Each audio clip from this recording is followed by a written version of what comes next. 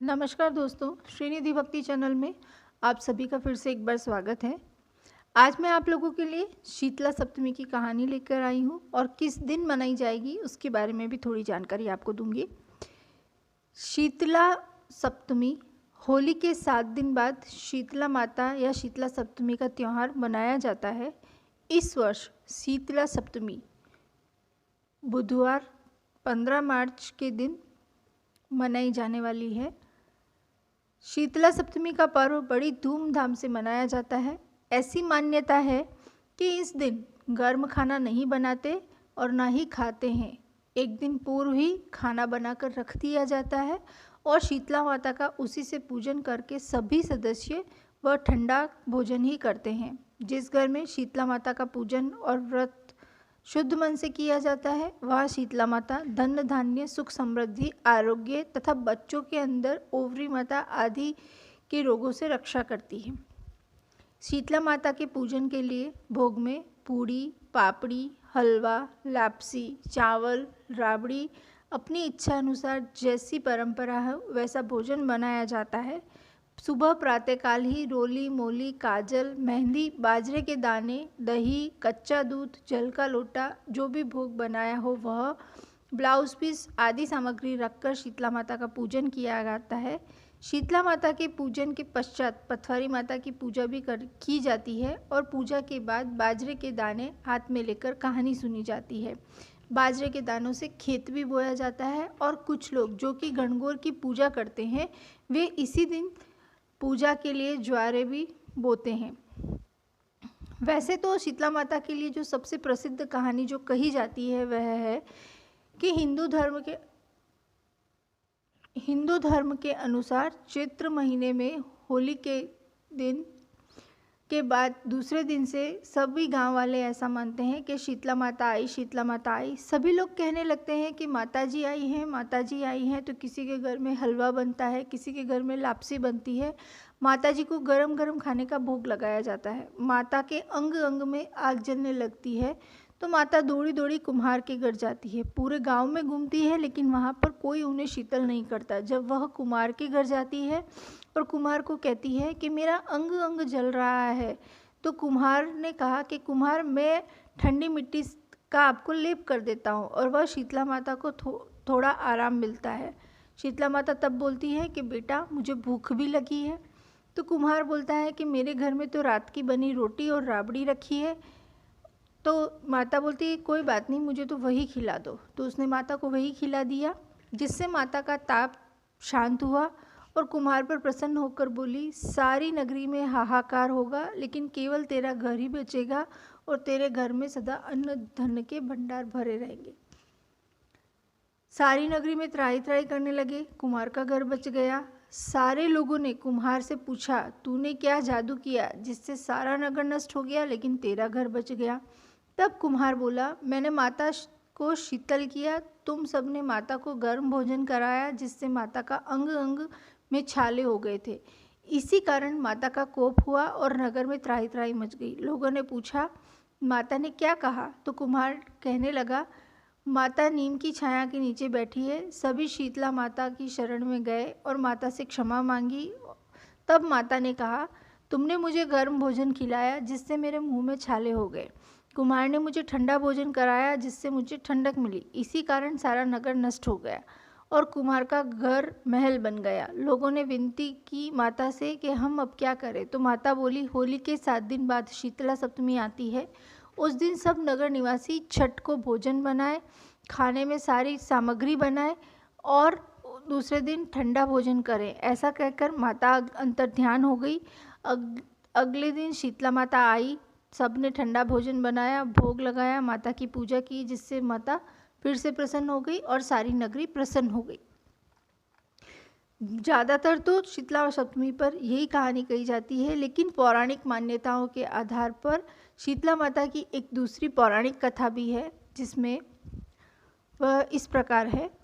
एक गांव में एक ब्राह्मण दंपति रहते थे। दंपति के 2 बेटे और 2 बहुएं थी। दोनों बहुओं को लंबे समय के बाद बेटे हुए थे। इतने में शीतला सप्तमी आ गई। घर के पर्व के अनुसार ठंडा भोजन बना। दोनों बहुओं के मन में ऐसा विचार आया कि यदि हम ठंडा भोजन कर लेंगी तो हमारे बच्चे बीमार हो जाएंगे। इस कुविचार के कारण दोनों बहुओं ने तो पशुओं के दाने के साथ दाने तैयार करने वाले बर्तन के साथ चुपचाप उसमें 2 बाटी तैयार कर ली। सास बहू ने शीतला माता की पूजन करी। जब वे शीतला माता की पूजन करके घर पे आई तो सास ने शीतला माता का भोजन करने के लिए बोला, तो दोनों बहुएं बच्चों के रोने का बहाना बनाकर वहाँ से चली गई और दाने के बर्तन में से गरम गरम रोटली निकालकर चूरमा बनाकर भोजन कर पेट भर लिया। जब सास ने दोनों बहुओं को फिर से भोजन के लिए कहा तो बहुओं ने ठंडा भोजन करने का दिखावा कर अपने घर के काम में चली गई। सास ने कहा, बच्चे कब से सोए हुए हैं, उन्हें जगाकर भोजन करा दो। बहुओं को भी लगा कि हाँ, काफ़ी समय हुआ, बच्चे अभी तक उठे नहीं हैं। दोनों बहुएं जैसे ही अपने बेटों को जगाने के लिए गई तो उन्होंने उन्हें मृत पाया। जब उन्होंने ऐसा बच्चों को पाया तो उन बहुओं ने अपनी सभी घटना अपनी सास को बताई विवश होकर। तो सास ने जब ये घटना सुनी तो वह बहुओं से झगड़ने लगी और बोली कि तुम दोनों ने अपने बेटों की बदौलत शीतला माता की अवहेलना की है, इसलिए तुम्हें यह फल भुगतना पड़ा है। और उसने अपनी बहुओं को घर से निकाल दिया और कहा कि जाओ, बेटों को जिंदा और स्वस्थ ही लेकर घर में पाँव रखना। अपने मृत बेटों को टोकरे में सुलाकर दोनों बहुएं घर से निकल पड़ी। जाते जाते रास्ते में एक जीर्ण वृक्ष आया। वह खेजड़ी का वृक्ष था। उसके नीचे ओरी और शीतला दोनों बहनें बैठी हुई थी। दोनों के बालों में विपुल प्रमाण में जुएं पड़ी थी। बहुओं ने थकान का अनुभव भी किया था, लेकिन दोनों बहुओं ने ओरी और शीतला के पास आकर बैठ गई। उन्होंने शीतला ओरी के बालों में से खूब सारी जुएं निकाल दी। जुओं का नाश होते ही ओरी और शीतला माता को अपने मस्तक में शीतलता का अनुभव हुआ। कहा, तुम दोनों ने हमारे मस्तक को शीतल और ठंडा किया है, वैसे ही तुम्हें भी पेट की शांति मिले। दोनों बहुएं एक साथ बोली कि पेट का दिया हुआ ही लेकर हम मारी मारी भटकती हैं, परंतु शीतला माता के दर्शन नहीं हुए। शीतला माता ने कहा, तुम दोनों पापिनी हो, दुष्टिनी हो, दुराचारिणी हो, तुम्हारा तो मुख देखने भी योग्य नहीं। शीतला सप्तमी के दिन ठंडा भोजन करने के बदले तुम दोनों ने गरम गरम भोजन किया था।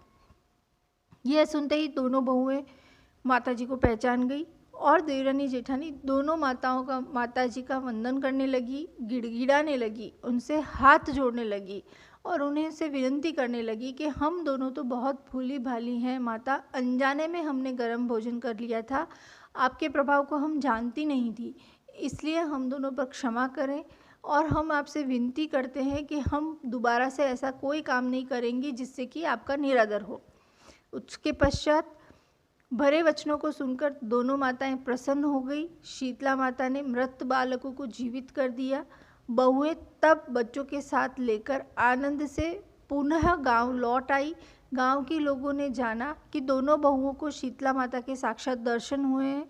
धूमधाम से उनका स्वागत किया, गांव में प्रवेश करवाया और बहुओं ने कहा कि हम गांव में शीतला माता का मंदिर का निर्माण करवाएंगी और चैत्र महीने में जब शीतला सप्तमी होगी उस दिन हम ठंडा ही खाएंगी। माता ने बहुओं पर जैसी दृष्टि की वैसी कृपा सभी पर करें और शीतला माता सदा हमें शांति, शीतलता एवं आरोग्य दें, ऐसी हम प्रार्थना करते हैं। जय शीतला माता, जय श्री श्याम, जय श्री कृष्ण। यदि आपको मेरी ये कहानी पसंद आई है तो इसे ज़्यादा से ज़्यादा लाइक, शेयर और सब्सक्राइब करना ना भूलें। और इसी तरह की कई कहानियों की कई कहानियाँ मैं वीडियो में आपके लिए लाती रहूँगी, बनाती रहूँगी। आपसे विनती है कि आप और किस तरह की कहानियाँ सुनना पसंद करते हैं, मुझे ज़रा कमेंट बॉक्स में कमेंट करके ज़रूर बताइए। जय श्री कृष्ण, जय श्री श्याम।